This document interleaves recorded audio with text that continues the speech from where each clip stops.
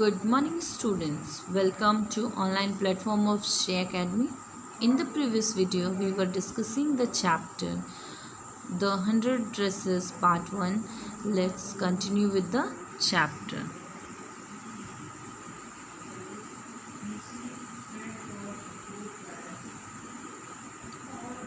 So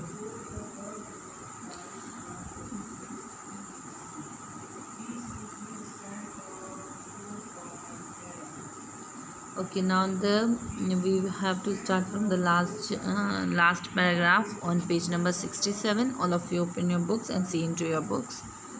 Today, even though they had been late to school, Mary was glad she had not had to make fun of Wanda.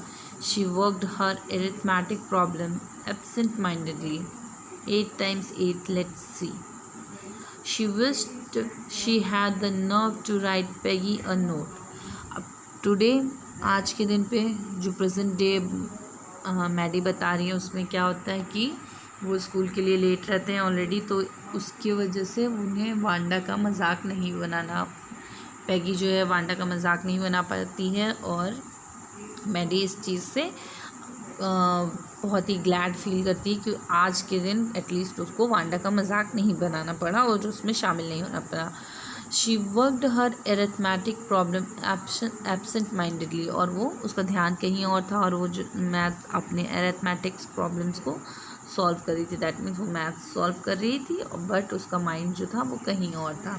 8 time 8 let's see, और arithmetics solve करते time Maddie बोलती है 8 times 8 let's see क्या होता है. She wished she had nerve to write Peggy a note because she knew she never would have the courage to speak right out to Peggy, to say, hey Peggy, let's stop asking Wanda how many dresses she has. और Maddie जो है वो ये सोचती कि काश उसमें इतनी हिम्मत होती कि वो पैगी के लिए लेटर मतलब उसको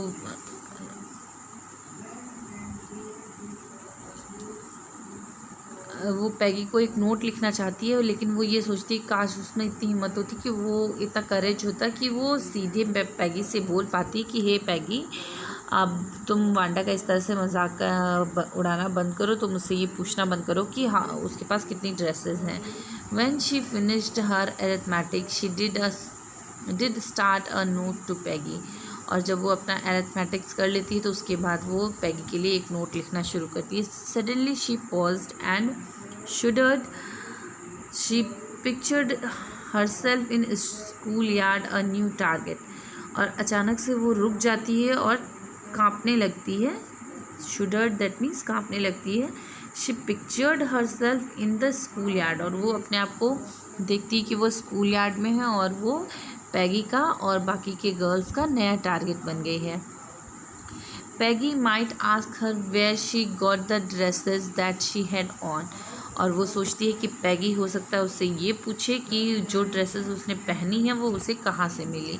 and Maddie would have to say it was one of Peggy's old ones that Maddie's mother had tried to disguise with new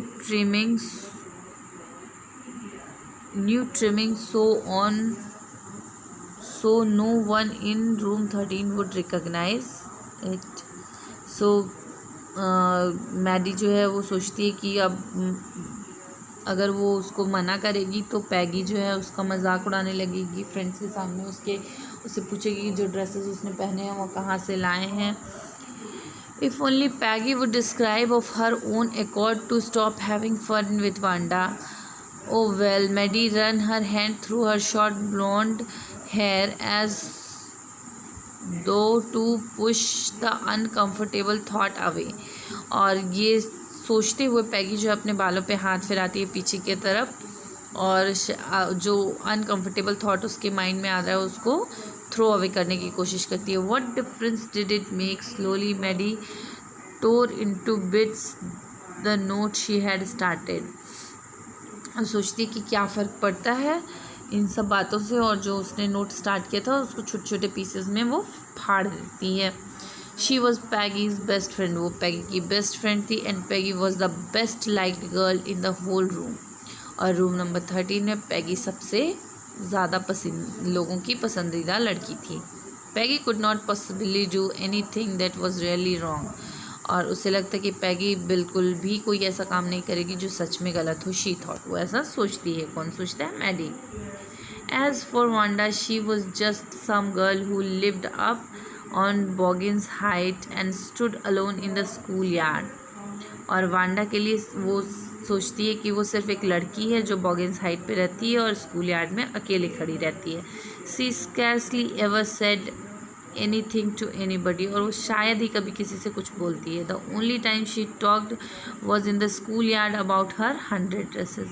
और एक वो जब बात करती है तो वो सिर्फ अपनी स्कूल यार्ड में खड़े होकर के अपने 100 ड्रेसेस के बारे में बात करती है।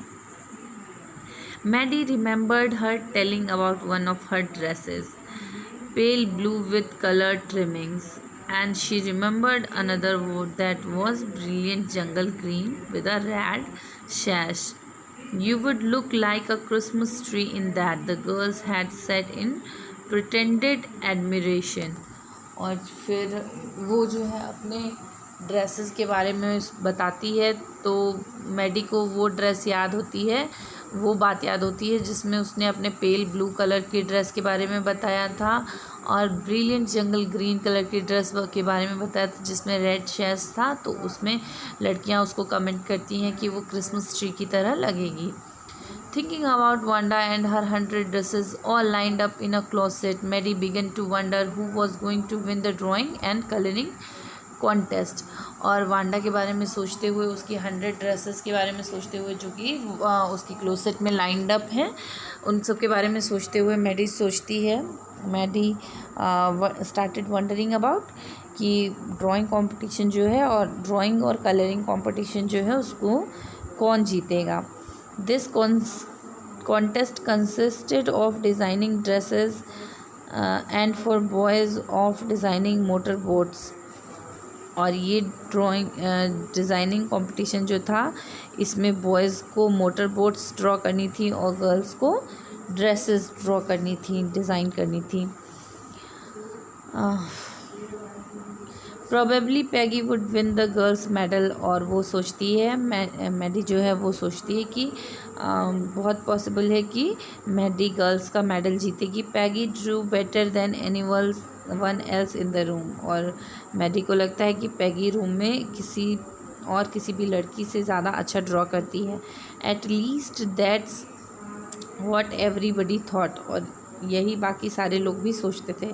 She could copy a picture in a magazine or some film star's head so that you could almost tell who it was. Oh, Maddie was sure Peggy would win. Well, tomorrow the teacher was going to announce the winner. Then they would know.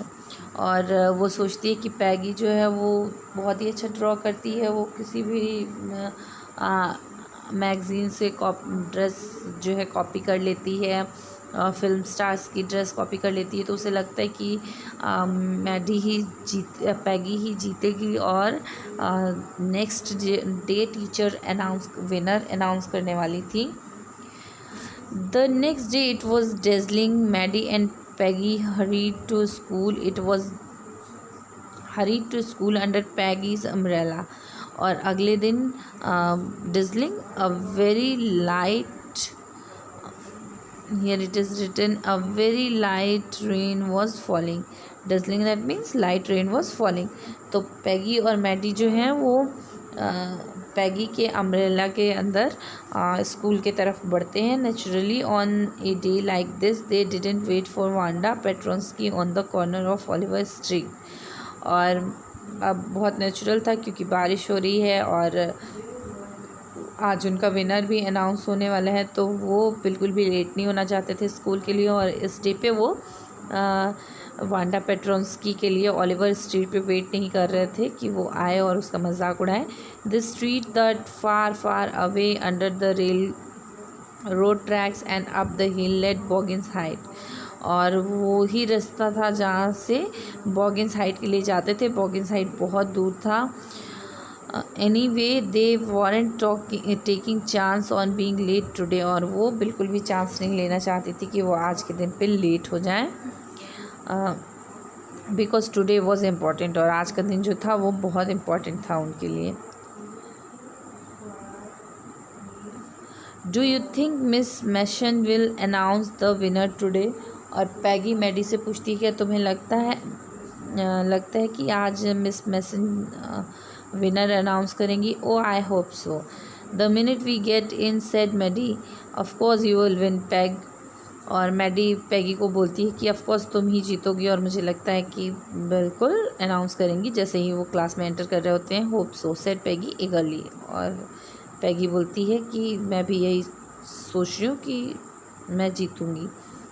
The minute they enter the classroom they stopped short and gasped.